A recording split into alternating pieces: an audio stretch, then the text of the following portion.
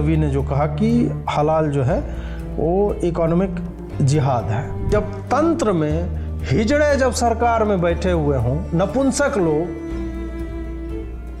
जो इन मुद्दों पे चुप्पी साध लेते हैं, पता नहीं किसका विकास किसका विश्वास ये ले जाना चाहते हैं। लोकतंत्र के जो दो स्तंभ हैं, न्यायतंत्र और ये हिजड़ों की सरकारें, जो जहां भी जिस भी स्टेट में जहां पे भी है, जो इन चीजों को आंख मूंद कर बर्दाश्त कर रही है, कंप्लीटली डिस्क्रिमिनेटरी इन नेचर है। इनके कारण आप देखेंगे कि आने वाले समय में दंगे होंगे, आने वाले समय में लोग लड़ेंगे अपने अधिकारों के लिए, क्योंकि सरकारें आंखें बंद करके बैठी हुई हैं, न्यायतंत्र आंख बंद कर चुका है। और ये जब होगा तब फिर पूरा अपराध, पूरा पाप जो है हिंदुओं के ऊपर थोपा जाएगा। नमस्कार दोस्तों, मैं अजीत और आप देख रहे हैं डू पॉलिटिक्स। आज चर्चा करने जा रहे हैं हम हलाल इकोनॉमी पे, और हलाल शब्द क्या है, उसके मायने क्या थे। कुरान में 56 बार आता है, जिसमें 21 बार वो फूड यानी ईटिंग आइटम्स के संदर्भ में है, और बाकी टाइम में वो किस तरह से परमिसिबल कि क्या लीगल है, वैध क्या है कुरानिक तरीके से, और उसके बाद उसका स्वरूप किस तरह से बदला है, कैसे ये भोजन से निकलकर फैशन में, इन्वेस्टमेंट में, टूर्स एंड ट्रेवल्स में, हलाल घरों में और तमाम जगहों पर पहुंचकर एक $7 ट्रिलियन की इकॉनमी बनने की तरफ अग्रसर है। सिर्फ ये हलाल इकॉनमी की मैं बात कर रहा हूँ, और उस पर मैं आगे आपको आंकड़े दूंगा, और हम यह समझने की कोशिश करेंगे कि इस पर अभी जो कर्नाटक में भाजपा के एक नेता हैं सीटी रवि, उन्होंने अभी बोला है कि हलाल तंत्र जो है, हलाल इकॉनमी जो है, वो एक तरह से इकोनॉमिक जिहाद है।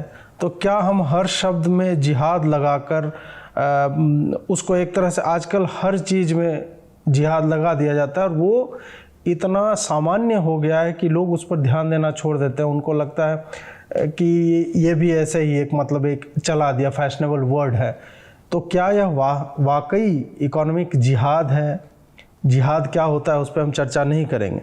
सबसे पहले हम यह जानने की कोशिश करते हैं कि हलाल है क्या और ये कैसे काम करता है। हलाल का जो एकदम जो शाब्दिक अर्थ है, दो चीज़ें होती हैं। कुछ चीज़ आपके लिए हलाल है, कुछ हराम है, और एक तीसरा होता है जो इन बिटवीन होता है, मतलब आप कंफ्यूजन की स्थिति में होते हैं, तो वो है, तो उसको हम हटा देते हैं। हलाल क्या है कि जिन चीज़ों को, जिन बातों को, जिन तरीक़ों को सही ठहराया गया उचित, और हराम हो गया अनुचित। और ये जब ठहराया गया था, ये 1400 साल पहले इस्लाम के अभ्युदय के समय की हम बात करेंगे, तो वहाँ पर उस वक्त के हिसाब से कि आप ये नहीं खा सकते, मान लीजिए सूअर को या गिरगिट होता है उसको, इन सब को हराम मानने के पीछे एक सोच थी। उस वक्त प्लेग फैलता था, सूअरों से रोग फैलते थे, तो इस कारण से वहाँ से कह दिया गया, और वो कहीं ना कहीं आते जाता है। फिर गिरगिट जो है, उसने शायद मोहम्मद साहब को या किसी को धोखा दिया था, एक कुएं के ऊपर बता दिया था कि इसमें छुपे हुए मुस्लिम, इस तरह की कोई चीज़ थी, तो उसके कारण उसको भी हम मतलब मुस्लिम समुदाय जो हराम मानता है। इसी तरह की छोटी छोटी एनेक्डोट्स हैं जिसके कारण जो कई दूसरी चीज़ें हैं, चाहे भोजन को लेके हो, उनको अपने जीवन में लाने की, उसको आप ड्रॉ नहीं कर सकते, उसको आप कंज्यूम नहीं कर सकते। दवाई तक में या अल्कोहल होता है, उसके कंजम्पशन में कितना अलाउड है, कितना अलाउड नहीं है। तो इन्हीं को मूलतः उस समय की जीवन शैली के हिसाब से हलाल और हराम के कैटेगरी में रखा गया था। और तीसरा मैंने जो बोला वो एक कंफ्यूज टाइप का स्टैंस है, कि वो बीच का ग्रे एरिया टाइप का है, कि उसके लिए आपको शायद मौलवी हों या जो भी मजहब के जानकार हैं, वो आपको बताएंगे कि ये सही है या नहीं। अब इसको जब हम इकोनॉमिक संदर्भ में देखते हैं, एक अर्थव्यवस्था के रूप में देखते हैं, जिसको हलाल इकोनॉमी बोला जाता है, तब वहाँ पर जो है समस्या उत्पन्न होनी शुरू हो जाती है। और समस्या सच ऐसी नहीं है कि मतलब दूसरे धर्मों को, दूसरे रिलीजन्स को इसमें समस्या होनी चाहिए। समस्या कब होती है कि हलाल तंत्र जो है इकोनॉमी की जब हम बात करते हैं, वो अपने आप में एक ऐसा तंत्र है जिसमें नॉन मुस्लिम्स को एक तरह से एक्सक्लूड कर दिया गया ऑन पर्पस।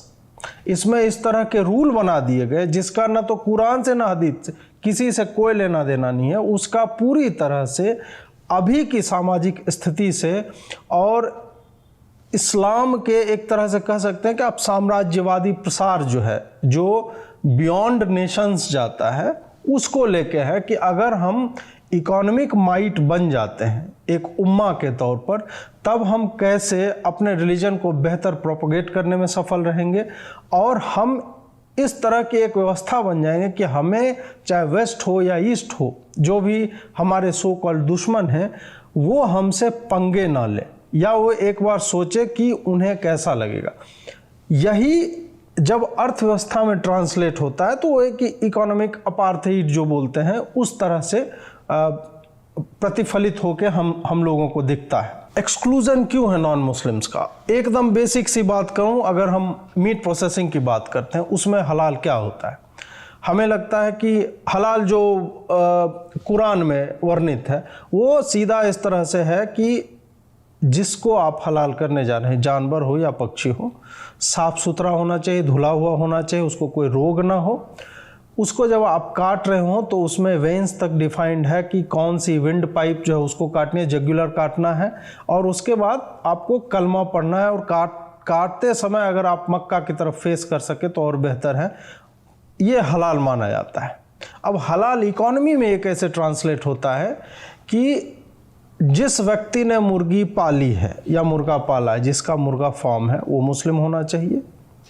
उसके बाद जिसने उसको काटा है वो मुस्लिम होना चाहिए, जिसने उसको धोया है वो मुस्लिम होना चाहिए, जो उसको पैक कर रहा है वो मुस्लिम होना चाहिए, जो उस पर लेबल लगा रहा है वो मुस्लिम होना चाहिए, और उस पूरे सिस्टम को ऑडिट करके सर्टिफाई करने वाला हलाल का जो लोगो लगता है वो मुस्लिम होना चाहिए। इससे क्या होता है कि मूलतः जो नॉन मुस्लिम समाज है, जो मांस के ट्रेड में था, व्यापार में था, वो अचानक से एक पूरे सिस्टम से अलग हो जाता है।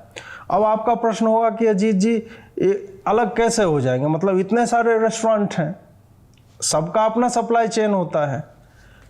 तो इसमें जो एक ट्रिकी सिचुएशन है वो यह है कि आप जितने भी भारत के जितने भी बड़े शहर हैं, उसमें जितने भी बड़े रेस्टोरेंट हैं या होटलों के चेन हैं, उसमें मूलतः सिर्फ और सिर्फ हलाल मीट ही सर्व किया जाता है।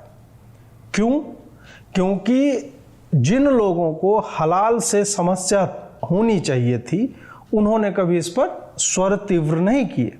मुस्लिम तो जाएगा वहीं पे जाएगा जहां उसको हलाल मिलेगा, क्योंकि वो उसकी मजहबी भावनाओं के मतलब विरोध में हो जाता है अगर वो हलाल नहीं खाता है। हिंदुओं को फ़र्क नहीं पड़ता, पंजाबियों को मतलब सिख को फ़र्क नहीं पड़ता, क्रिश्चियंस को फ़र्क नहीं पड़ता, उनको आप मीट दे दीजिए वो खा लेंगे। अब थोड़ी थोड़ी जागरूकता आई है कि हम झटका खाना चाहते हैं इस तरह से, लेकिन फिर भी आखिर हलाल ही हर जगह क्यों जाता है और कैसे नॉन मुस्लिम जो है एक्सक्लूड हो गए? उसका रीज़न यही है कि जब डिमांड जो है, जहां आपको सप्लाई करना है, वो सिर्फ और सिर्फ हलाल सर्टिफाइड मीट ही मांगता है, तब आप नॉन हलाल वाले जो हैं, जिनका धर्म उन्हें परमिट नहीं करता है, अनुमति नहीं देता है कि आप हलाल नहीं झटका करके मीट को काटें और अपने तरीके से करें, तो अचानक से वो पूरी आबादी जो है उस पूरे अर्थतंत्र से गायब कर दी जाती है। दूसरी बात जो है इसमें कि अब धीरे धीरे फोर्स्ड इंक्लूजन होने लगा है कि सिर्फ मुस्लिम ही इस पूरे तंत्र में रहे। एक तो फूड वाला मैंने बोला, उसमें तो मान लेते हैं कि चलिए कि कुरान में लिखा हुआ है इस तरह से है इसलिए वहाँ पे होता है। कुरान में सिर्फ 2 ही स्टेप लिखा हुआ है कि काटने वाला मुस्लिम होना चाहिए, वो बर्ड जो है साफ़ सुथरा होना चाहिए, या जानवर जो उसको रोग नहीं होना चाहिए, इतना ही है। लेकिन पीछे के सारे प्रोसेस को जब आप इंक्लूड कर लिया तो वो जो हो जाता है कि और आप उसमें असर्टेन कर रहे हैं जो हलाल अथॉरिटीज़ हैं, 5-6 हैं इंडिया में, जैसे जमात इस्लामी है शायद, उसका एक चलता है, हलाल अथॉरिटी ऑफ इंडिया करके, हलाल इंडिया लिमिटेड है। ये सब वो लोगो देते हैं जो आप अभी मतलब पूरा चर्चा में आया था कि कैडबरी हलाल यूज करता है, तो क्या कहते हैं हिमालय पे आया था, बाबा रामदेव का पतंजलि का प्रोडक्ट है उस पर हलाल का सर्टिफिकेशन क्यों होता है, हल्दीराम पे क्यों होता है, तो उसका यही कारण है।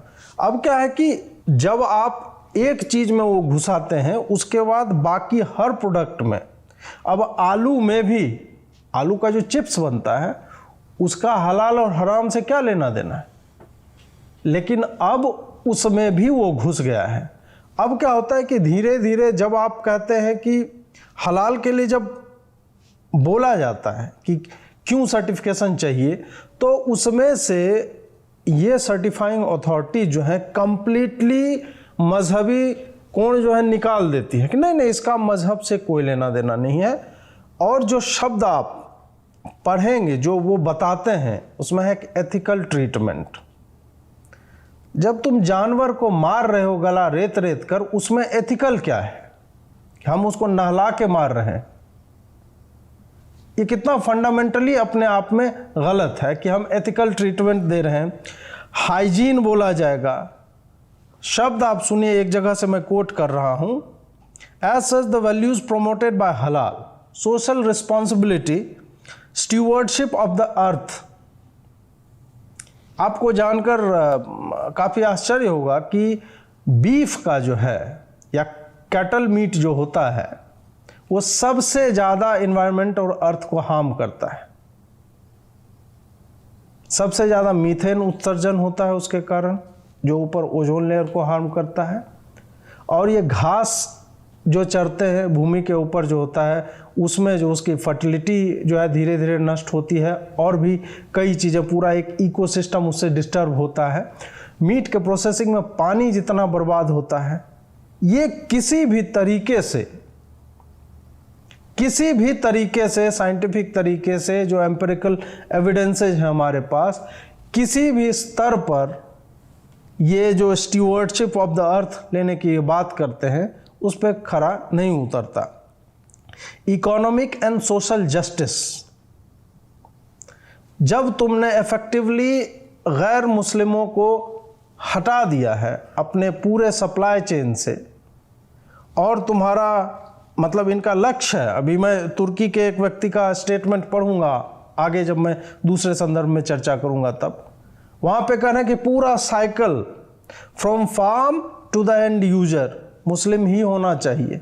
तब तुम कैसे इकोनॉमिक और सोशल जस्टिस की बात कर रहे हो? उसके बाद लिखते हैं animal welfare and ethical investment have gathered interest beyond it's religious compliances.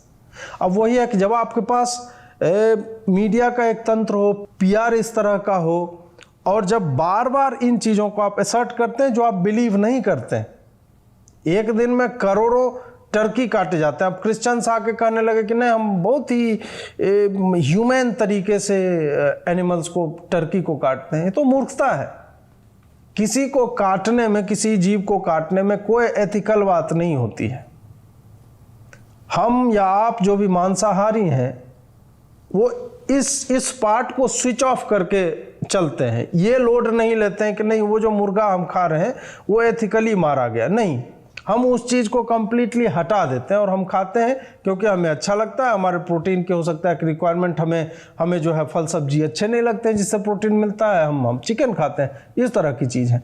तो इसमें कम से कम ये एथिकल होने का और सोशली रिस्पॉन्सिबल होने का और अर्थ को जो है एक रिस्पॉन्सिबल तरीके से मतलब उसको क्रेडल करने का, उसको गोद में लेने का, उसको पालने का, उसको जो सस्टेनेबिलिटी के लक्ष्य होते हैं उनको पूरा करने, ये बड़े बड़े शब्दों में अपने इस पापी कृत्य को या कंप्लीटली इकोनॉमिक अपार्थाइड जो है जो आप चलाना चाह रहे हैं, जिससे जो एकदम एक्सक्लूड कर दे रहे हैं दूसरे धर्मों के लोगों को, उनको इन सब चीज़ों में वो छुपाने की कोशिश ना की जाए।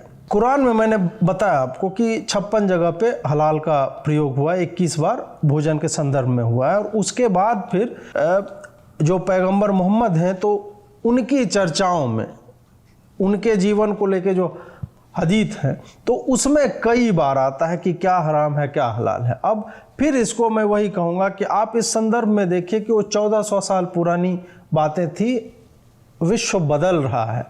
और एक तबलीगी जमात है जो अभी भी कहता है कि हम जो उस समय जिस तरह से मुस्लिम का लाइफ था, जीवन था, हम उसी तरह से रहेंगे, no matter what and where we are living, हम कहाँ रह रहे हैं, हम किस परिस्थिति में हैं, किस क्लाइमेटिक कंडीशन में हैं, हम उसी तरह से रहेंगे। ये तबलीगी जमात वालों का है।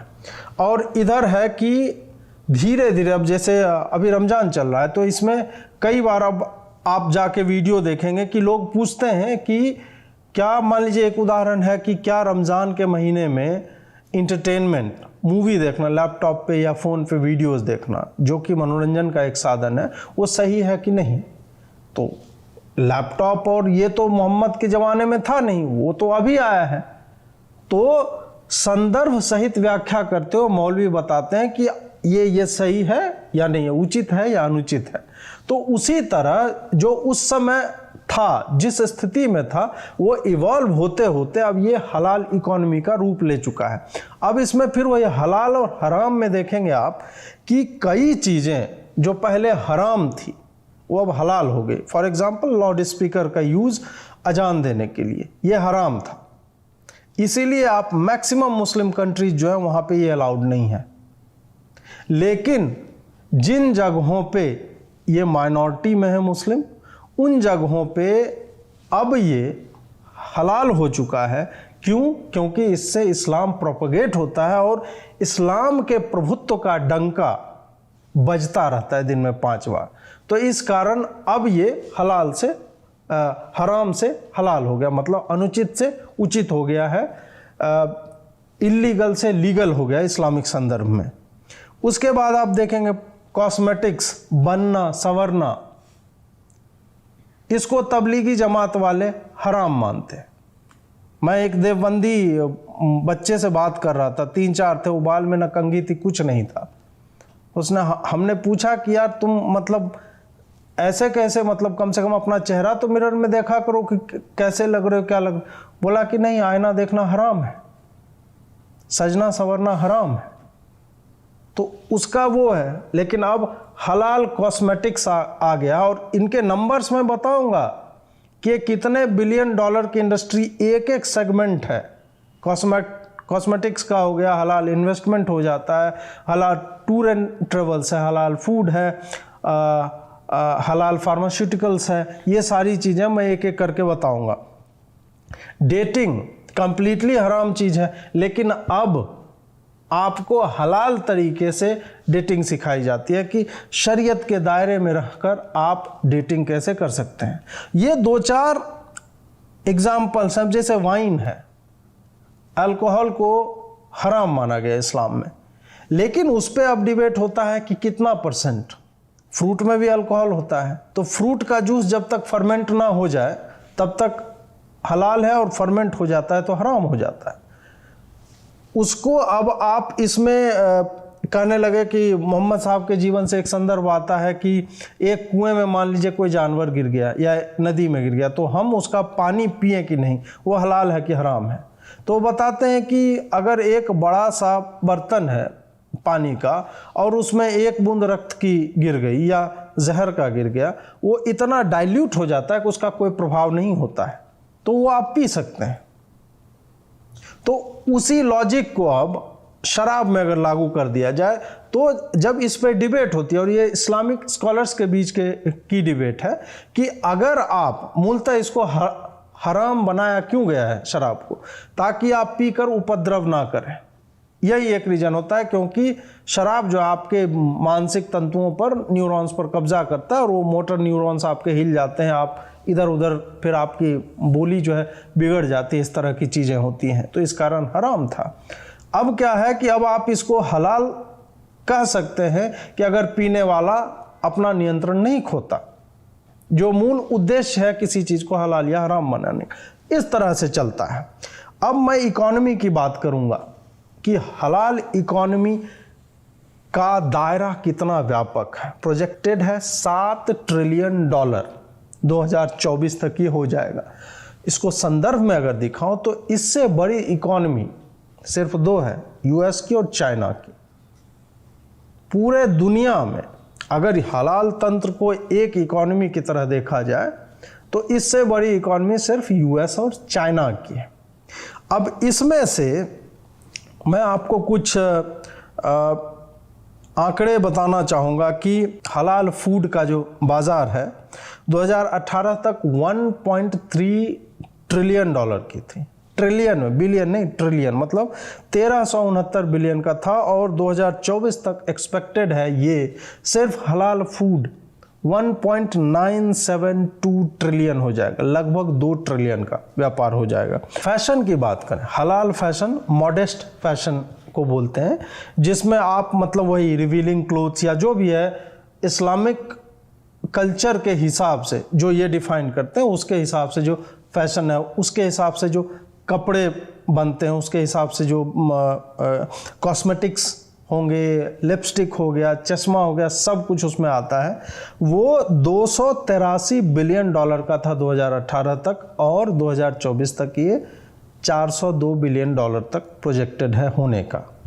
संदर्भ में बताऊं तो पाकिस्तान की पूरी इकॉनमी का 2 गुना हो जाएगा 2024 में। सिर्फ एक एस्पेक्ट, ट्रिलियन वाला फूड तो मैंने हटा ही दिया, जो 2 ट्रिलियन डॉलर लगभग हो जाएगा। सिर्फ फैशन जो है वो 402 बिलियन डॉलर की इंडस्ट्री हो जाएगी। Media and recreation, media and recreation क्या है?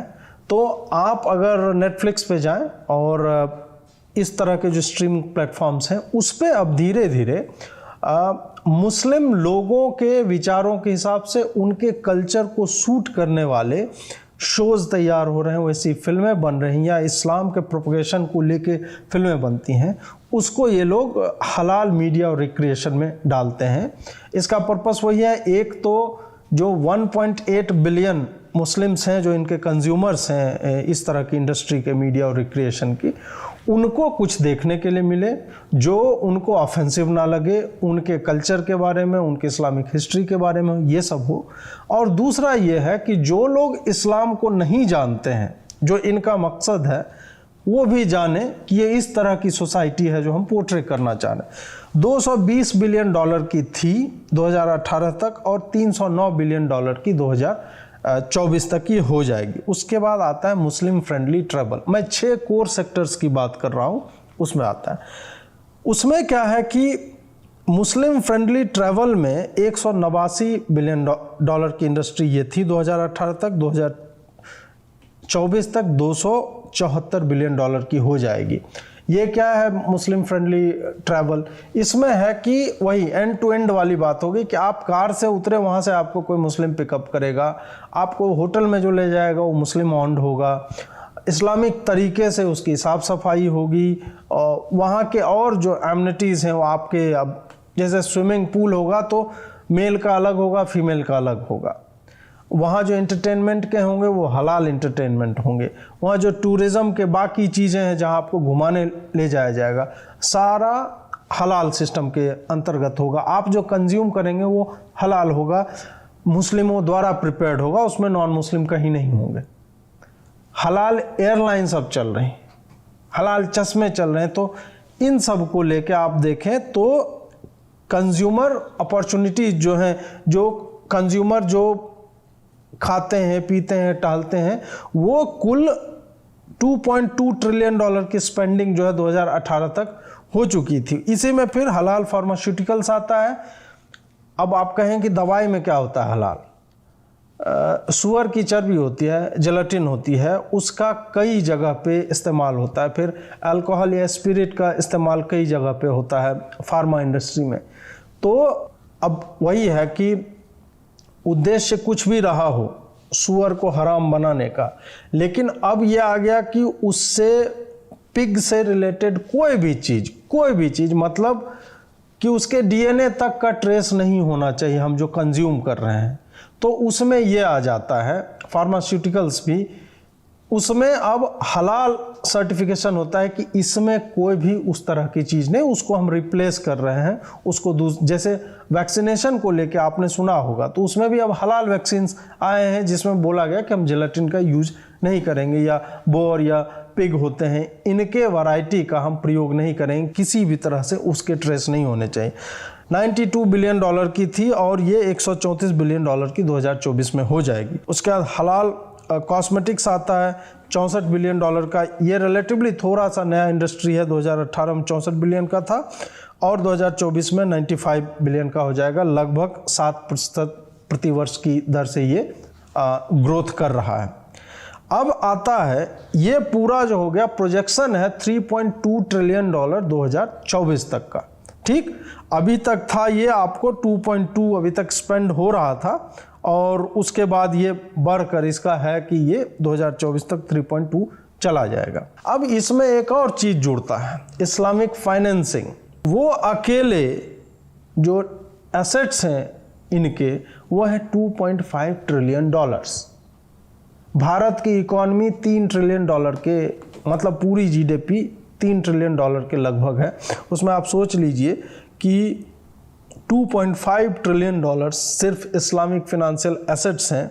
2.5 ट्रिलियन डॉलर ये थे 2018 तक और ये बढ़ के 3.472 ट्रिलियन डॉलर चला जाएगा। मैं जानता हूं कि आपको थोड़ा सा मतलब दिमाग में दर्द पहुंचने लगा होगा इतना डेटा जान के, लेकिन फिर भी हमें इन सब चीज़ों को समझना आवश्यक है जब हम बात कर रहे हैं कि ये इंडस्ट्री कितनी बड़ी है, कितना विशाल है इसका दायरा और आखिर ये अंततः पहुंचना कहाँ चाह रहा है, इस पे हम चर्चा कर रहे हैं। क्योंकि नॉर्मली जब इस पे चर्चा होता है तो घूम फिर के हम 2-4 बातों पे करने लगते हैं कि ये एक ऐसा तंत्र है जिससे हिंदुओं को एक्सक्लूड कर दिया गया है, ये तो हमारे मंदिरों में दुकान खोलते हैं, हम इनके मस्जिदों में दुकान नहीं खोलते। ये 4-5 सतही बातों पे हम चर्चा करते रह जाते हैं।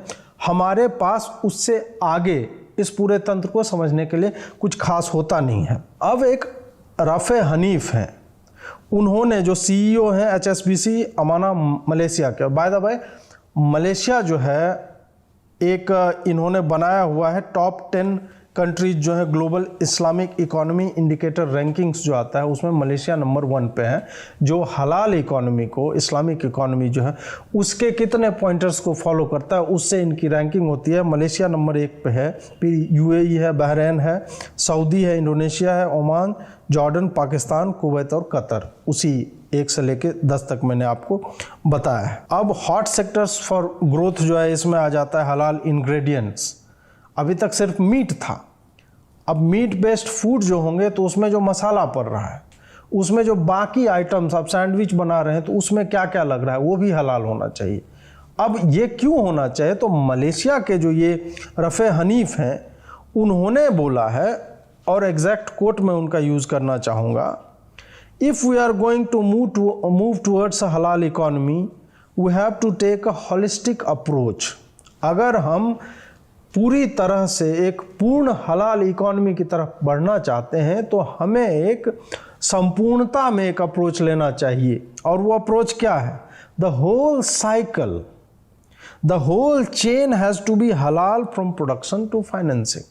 अब आप इस बात को समझने की कोशिश कीजिए कि ये होल साइकिल और होल चेन क्या है, जो मैंने आपको अभी थोड़ी देर पहले बताया था कि उद्देश्य सिर्फ जो अभी है उतने पे नहीं रुका हुआ है। जो 60 ट्रिलियन डॉलर की इकॉनमी हो रही है 2024 में, वहीं तक नहीं है, इसको एक्सपैंड करने में क्या है। और ये बाय नेचर फंडामेंटली एक्सक्लूजनरी है इनका मोटिव, कि अभी जहां तक है उसमें तो आ रहा है कि बाबा रामदेव भी जो है वो भी अपना चिप्स छाप रहे हैं, उस पर हलाल कर रहे हैं। अब इनका है एंड टू एंड, आलू उपजाने वाला भी मुस्लिम होना चाहिए, जो बेच रहा है रिटेलर वो भी, थोक में जो ले रहा है वो भी, उसको छीलने वाला, पूरी फैक्ट्री जो है हलाल सर्टिफिकेशन पे काम करे। ये पूरा जब तक नहीं होगा तब तक हलाल का पूरा साइकिल, जो ये रफ़े हनीफ हैं CEO HSBC अमाना मलेशिया के, और इन्होंने ये OIC का एक कॉन्फ्रेंस था हलाल इकोनॉमी को लेके, वहाँ पे उन्होंने ये सारी बातें बोली।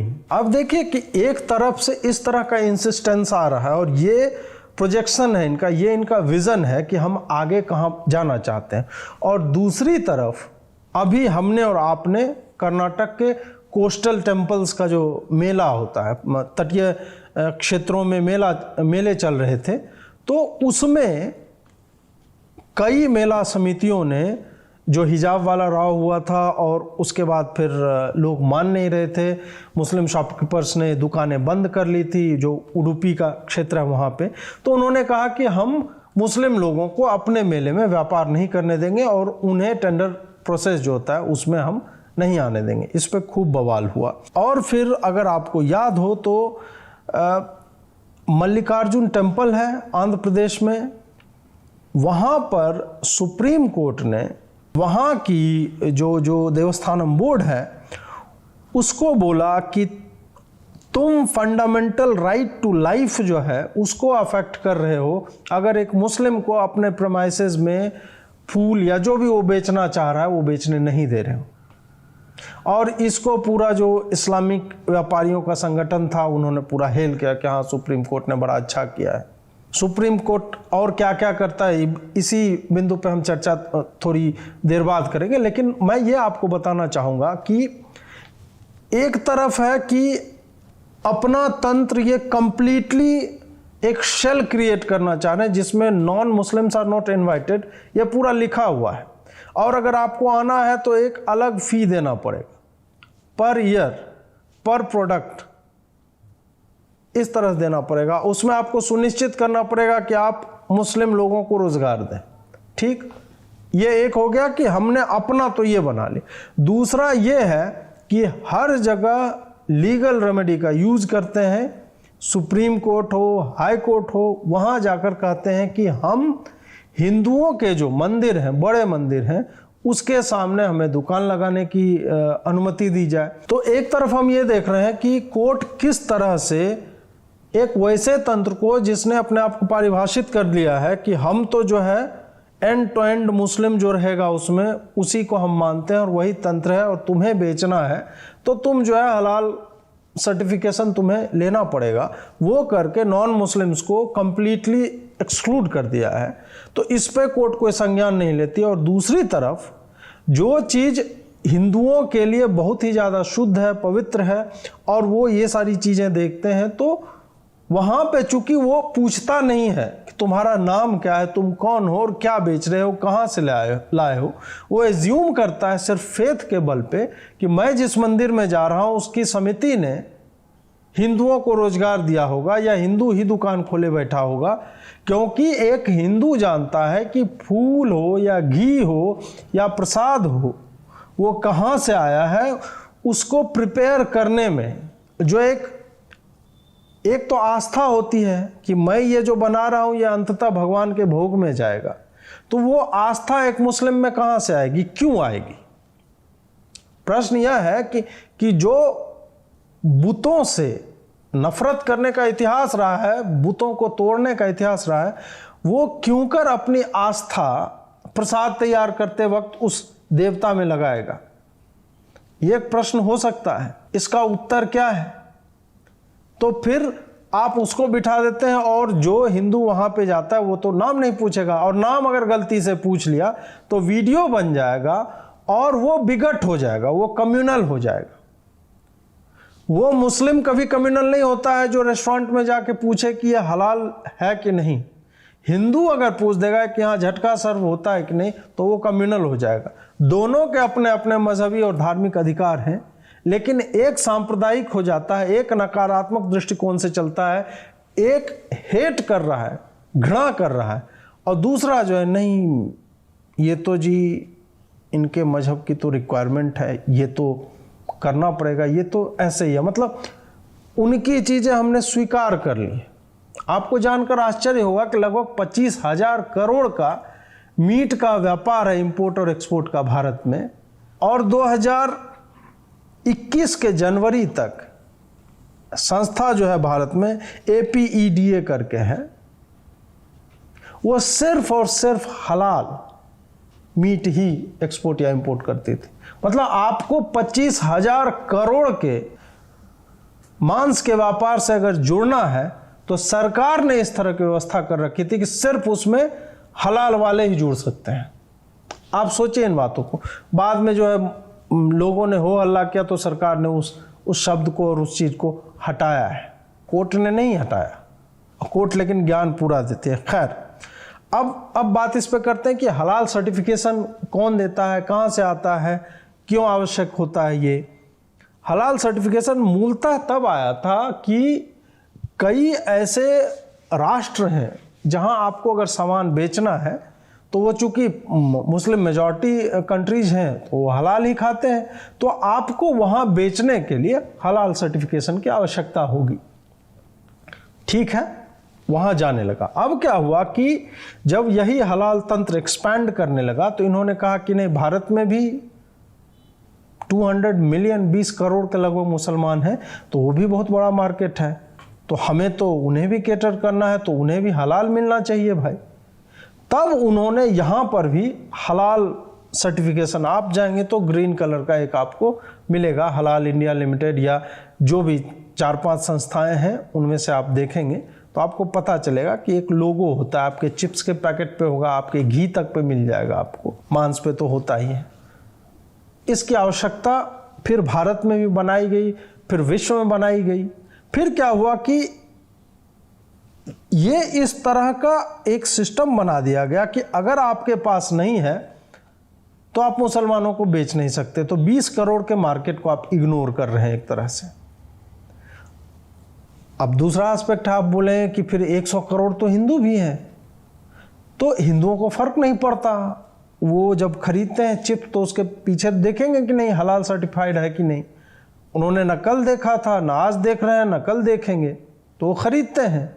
तो इस कारण से किसी को भी डबल सप्लाई चेन मेंटेन करने की आवश्यकता नहीं है, 2 फैक्ट्री बनाने की आवश्यकता नहीं है। हलाल सब खा लेंगे, हलाल सब खरीद लेंगे, लेकिन नॉन हलाल 20 करोड़ आदमी नहीं खरीदेगा।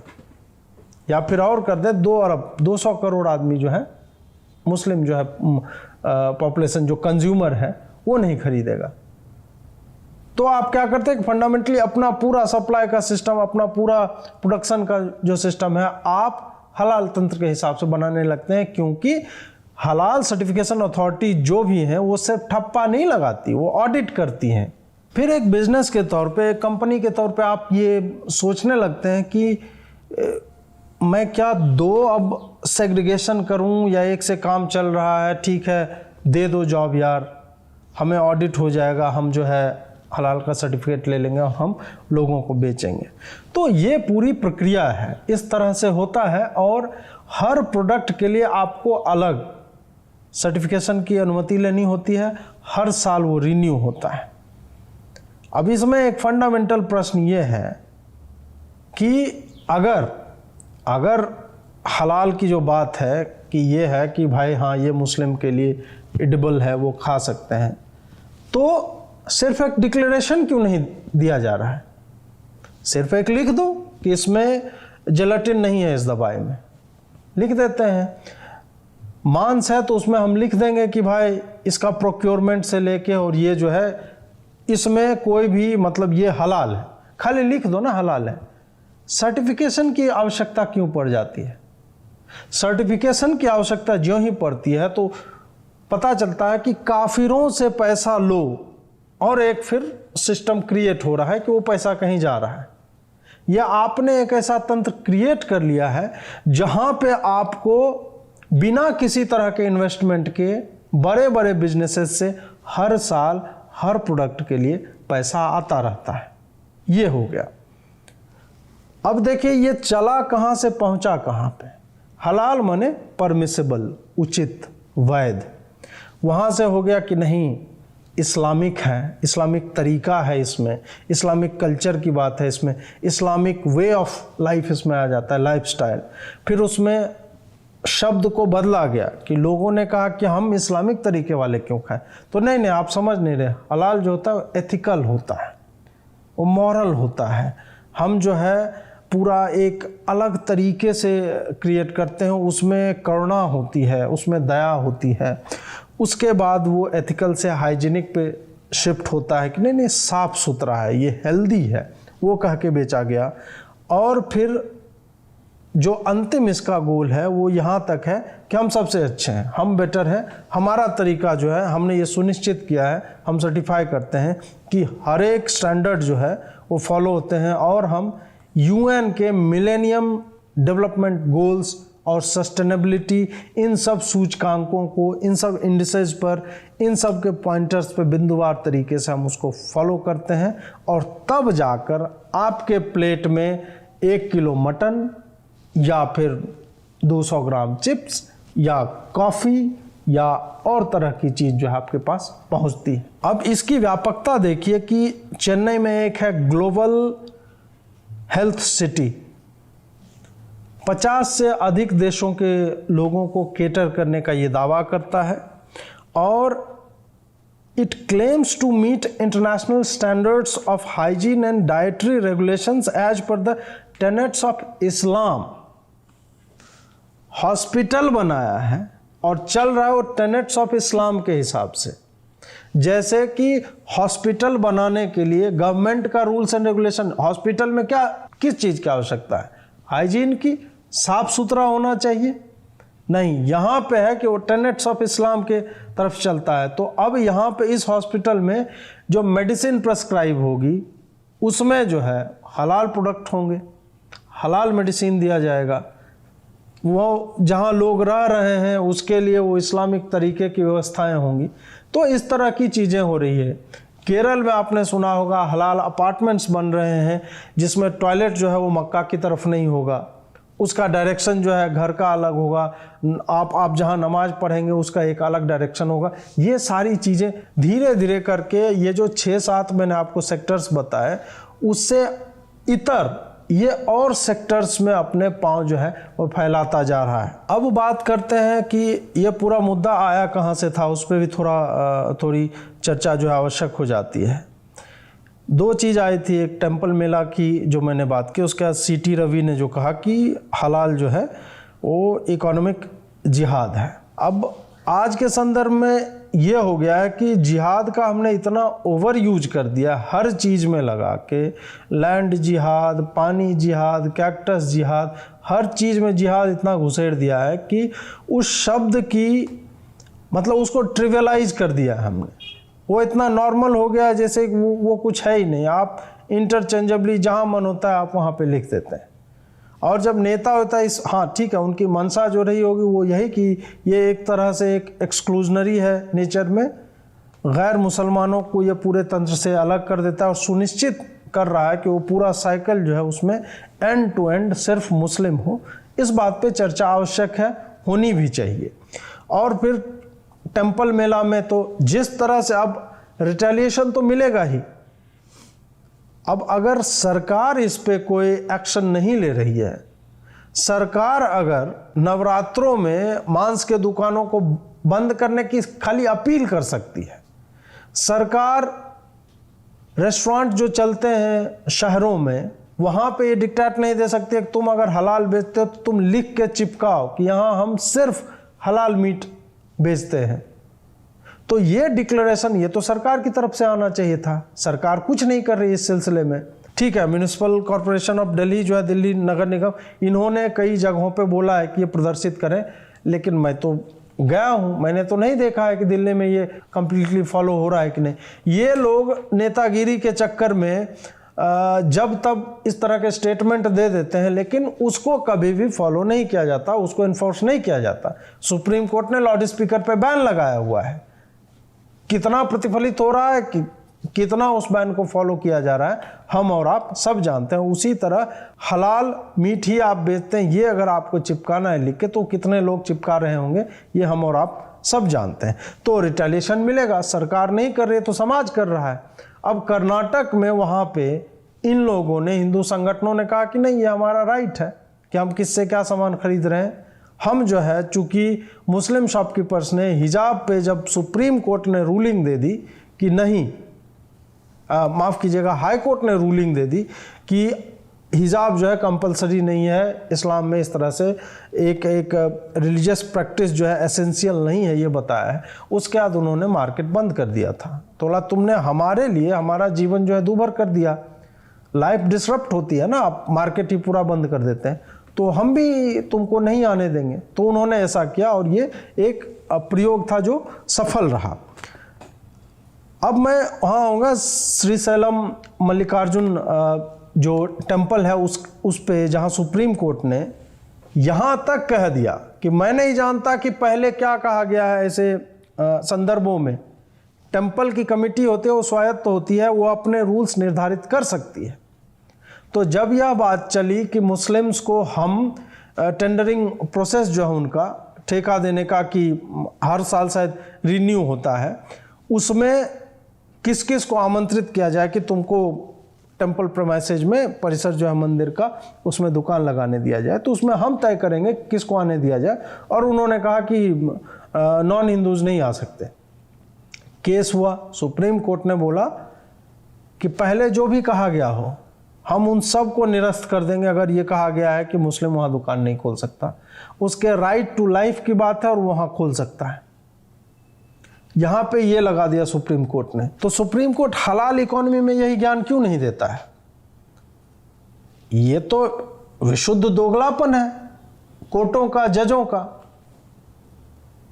अगर आप आंख मूंदे बैठे हैं तभी आपको समझ में नहीं आएगा कि एक मंदिर के परिसर में 2-4 दुकानें अगर मुस्लिम की हैं या जो भी हैं, एक तो सैंक्टिटी वो प्रभावित होती है। क्यों कोई मुस्लिम लगाएगा मंदिर में दुकान? क्यों? मतलब आप कहेंगे कि क्यों नहीं लगा सकता, सेकुलर देश है। नहीं, प्रश्न यह है क्यों लगाएगा? वो कहीं और जाकर व्यापार करे। हिंदू तो मस्जिद में जाता नहीं है दुकान लगाने के लिए। लगा भी ले तो उसका समाज, मुस्लिम समाज उसका इतना बहिष्कार करेगा। दुकान छोड़ो यार, आदमी को रहने नहीं दे रहे हैं। कैराना मथुरा में हमने देखा है, कश्मीर बहुत रेलेवेंट एग्जाम्पल है। दुकान छोड़ो, घर नहीं बनाने दे रहे हैं, घर में नहीं रहने दे, मेरे बनाए हुए घर में नहीं रहने दे रहे हैं। और आप कह रहे हैं कि नहीं इसको दुकान, right to life. Right to life वो है, उस पर सुप्रीम कोर्ट आंख बंद कर लेता है कि नहीं वो तो पुरानी घटना होगी कश्मीर वाली, उस पर सुनवाई तक करने से इनकार कर देता है। और दुकान पर कहता है कि नहीं उसके राइट टू लाइफ। हिंदुओं का राइट टू लाइफ कहां गया जज साहब? ये विशुद्ध दोगलापन है जजों का। और वही है कि जब तंत्र में हिजड़े जब सरकार में बैठे हुए हों, नपुंसक लोग जो इन मुद्दों पे चुप्पी साध लेते हैं, पता नहीं किसका विकास, किसका विश्वास ये ले जाना चाहते हैं। आपका न्याय तंत्र जो है इतना भ्रष्ट है, या आंख मूंदे धृतराष्ट्र की तरह जो है एक मोह में पड़ा हुआ है, या मैनेज कर लिया जाता है, ब्लैकमेल होते हैं ये लोग, तब फिर समाज तो रिटेलिएट करेगा ही। तब समाज कहेगा कि नहीं हमारे मंदिर मेले हैं, हम इसमें मुसलमानों को दुकान लगाने नहीं देंगे। और ये लोग, यही संस्थाएं, लोकतंत्र के जो 2 स्तंभ हैं, न्यायतंत्र और ये हिजड़ों की सरकारें, जो जहां भी, जिस भी स्टेट में जहां पे भी है, जो इन चीजों को आंख मूंद कर बर्दाश्त कर रही है, कंप्लीटली डिस्क्रिमिनेटरी इन नेचर है। इनके कारण आप देखेंगे कि आने वाले समय में दंगे होंगे, आने वाले समय में लोग लड़ेंगे अपने अधिकारों के लिए, क्योंकि सरकारें आंखें बंद करके बैठी हुई हैं, न्यायतंत्र आंख बंद कर चुका है। और यह जब होगा तब फिर पूरा अपराध, पूरा पाप जो है हिंदुओं के ऊपर थोपा जाएगा। फिर से यह याद नहीं किया जाएगा कि गोधरा में 59 कार सेवकों को आग किसने लगाया था। फोकस पूरा यह होगा कि उसके बाद क्या हुआ, दंगों में मुसलमान मारे गए।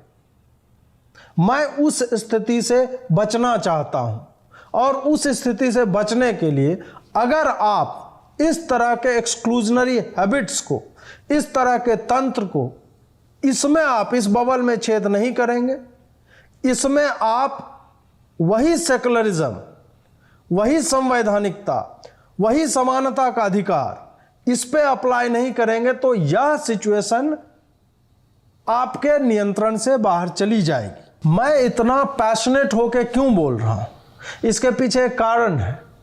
बात सिर्फ हलाल इकोनॉमी की नहीं है, एक अर्थतंत्र की नहीं है। बात यह है कि यह पैसा कहां कहां जा रहा है। आपको जानकर आश्चर्य होगा या आश्चर्य नहीं होना चाहिए कि जो सर्टिफाइंग अथॉरिटीज हैं इंडिया की और विश्व में हैं, वो कई जगहों पे, चाहे एकेडमिक्स हो या एनजीओज के थ्रू हो या अन्य तरीकों से हो, ये आतंकवादियों को पनाह देते हैं। कमलेश तिवारी की जिसने हत्या की थी, उसका केस लड़ने में इसी हलाल तंत्र का, जो डायरेक्ट जो सर्टिफाइंग अथॉरिटी है, जमीयत उलेमाए हिंद ऐसे करके है, उसी संस्था का वकील, मतलब उसी के पैसे से लड़ रहा है केस। अमेरिका में ऐसे तमाम ऑर्गेनाइजेशन ऑफ अमेरिकन मुस्लिम्स या इस तरह की संस्थाएं, कई संस्थाएं हैं जो हर साल सीनेटर्स को पुश करती हैं, लॉबी करती हैं, और भारत के बारे में ये लोग रिलीजियस फ्रीडम इंडेक्स और इस तरह की चीज़ें, मानवाधिकार के हनन पे रिपोर्ट बनाती है, जिसमें बार बार बताया जाता है कि मुसलमानों के अधिकारों का हनन हो रहा है। कहाँ हो रहा है हनन? लेकिन आपकी वैश्विक छवि इसी हलाल तंत्र के पैसे से खराब की जाती है, क्योंकि वो मिलियंस ऑफ डॉलर दे के खरीद लेते हैं संस्थाओं को, सेनेटर्स को, जो इस पे लिखते हैं, बोलते हैं। इसलिए मैं इतना पैशनेट होके बोल रहा हूं कि अगर ये एक्सक्लूजनरी है तो संस्थाओं को देखना चाहिए, कोर्ट को देखना चाहिए। वो नहीं देखेंगे तो धीरे धीरे जब हिंदू या बाकी जो भी नॉन मुस्लिम्स हैं वो अपने हाथ में अगर इस सिचुएशन को ले लिए, और वो जब अपने फंडामेंटल जो सर्व समावेशी हिंदू हमेशा रहा है, वो जब अपने दरवाजे बंद करने लगेगा, वो जब बाजार में निकलेगा और वो जब खोजने लगेगा कि ये बाइक की शोरूम मुसलमान की है कि हिंदू की है, बोलेगा कि नहीं हिंदू की है, हम 3 दिन बाद ही लेंगे लेकिन हिंदू से लेंगे, हम 20 किलोमीटर ट्रेवल करके लेंगे लेकिन हम हिंदू से लेंगे। इस तरह की सोच जब डेवलप होने लगेगी तब फिर स्थिति बहुत विकट हो जाएगी, हिंदुओं के लिए भी, मुसलमानों के लिए भी। तो जब आप किसी मंदिर के प्रमाइस में अलाउ करते हैं, जो आपको नहीं करना चाहिए, कम से कम रिलीजियस जगहों को, जो धार्मिक जगहें हैं, उसकी स्वायत्तता मेंटेन होनी चाहिए, उसमें सुप्रीम कोर्ट को, सरकारों को नाक घुसेड़ने की आवश्यकता नहीं है, क्योंकि आप शनि सिंगनापुर के दरवाजे महिलाओं के लिए खुलवा सकते हैं, अयप्पा मंदिर के सबरीमला में आप मेंस्ट्रुएटिंग वुमेन को अलाउ कर सकते हैं जो मुस्लिम है, हिंदू भी नहीं है। इसमें जब आप फंडामेंटल, तो आप जानते हैं कि वो वाला फॉलो होगा, लेकिन आप हाजी अली दरगाह में स्त्रियों की को अनुमति नहीं दिलवा पाए आज तक। आप लाउड स्पीकर पर बोलते रहते हैं, घंटा कोई फॉलो नहीं करता है। तो हमें पता चलता है कि आपके वश में वही है, आप उसी पर अपना जोर चला सकते हैं जिस पर चल सकता है, जो मानता है, जो लॉ अबाइडिंग सिटीजन है, उसी पे आपका चलता है, बाकी पे आपका नहीं चलता है। तो दोस्तों, ये हलाल पे थोड़ी सी चर्चा थी, बहुत ही वृहद विषय है। आपको अगर और जानना हो तो आप हलाल इकोनॉमी करके आप थोड़ा सा सर्च करेंगे, इस पे ढेर सारे रिपोर्ट्स पड़े हुए हैं जिसमें आपको पता चलेगा कि ये तंत्र क्या है, कैसे काम करता है। आशा है कि मैंने आपके ज्ञान में थोड़ी सी वृद्धि की होगी।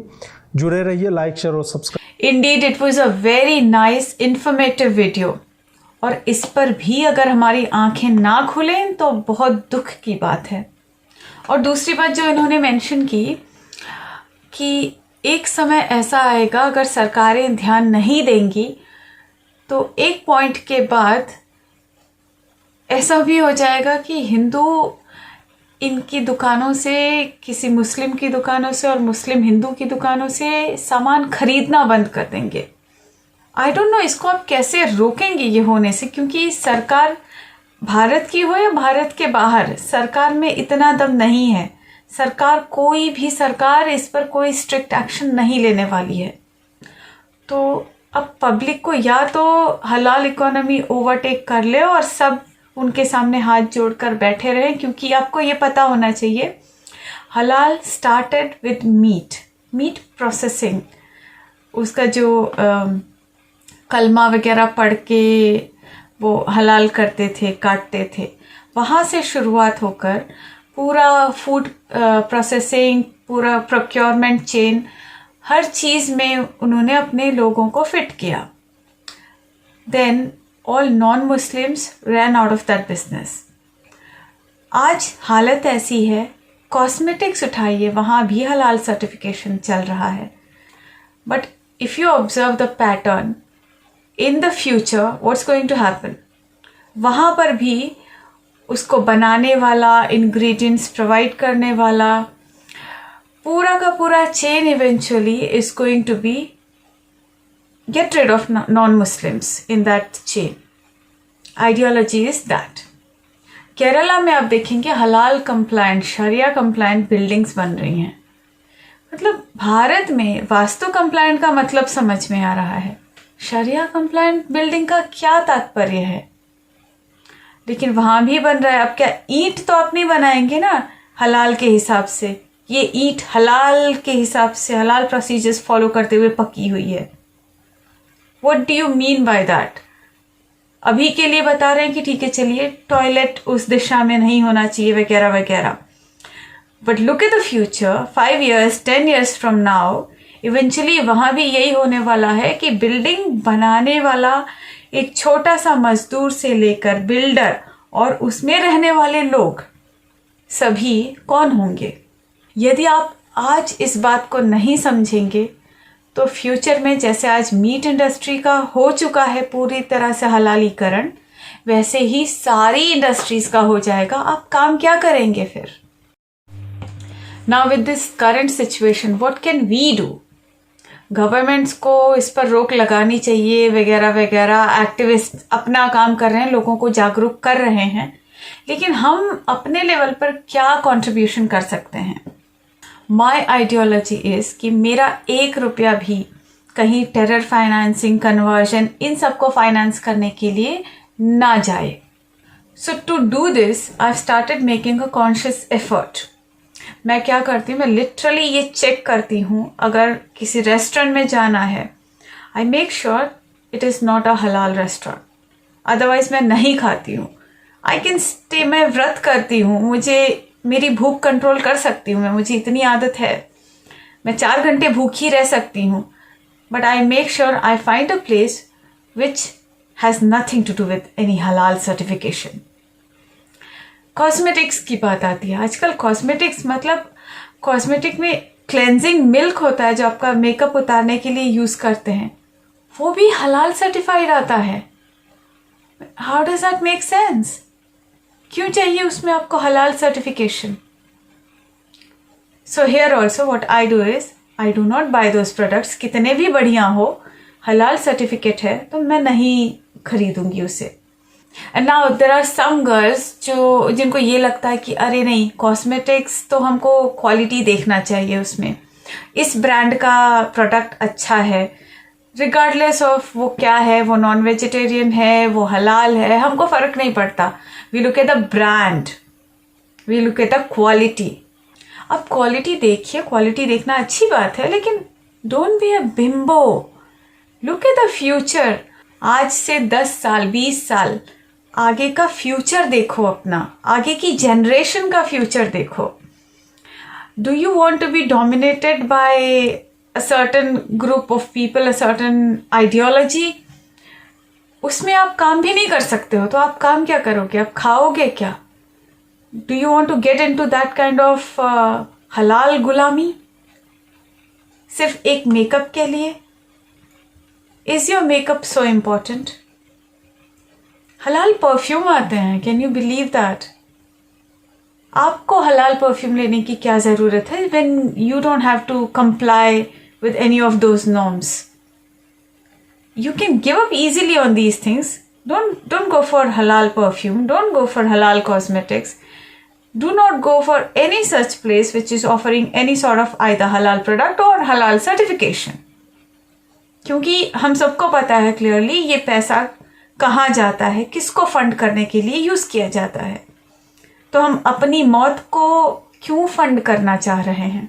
क्या हलाल का बहिष्कार इतना डिफिकल्ट है? सोच कर देखिए। आई वुड सजेस्ट सिर्फ अजीत भारती नहीं, और भी कई सारे आर्टिकल्स मिल जाएंगे आपको। थोड़ा इस बारे में रिसर्च कीजिए, थोड़ा दिमाग लगाइए, समझिए हलाल इकोनॉमी क्या है, इसके दुष्परिणाम क्या हैं, कितने दूरगामी हैं, और फिर सोचिए क्या हलाल इतना ज़रूरी है? क्या हलाल का बहिष्कार इतना डिफिकल्ट है? सोच कर देखिए। जय श्री राम, वंदे मातरम।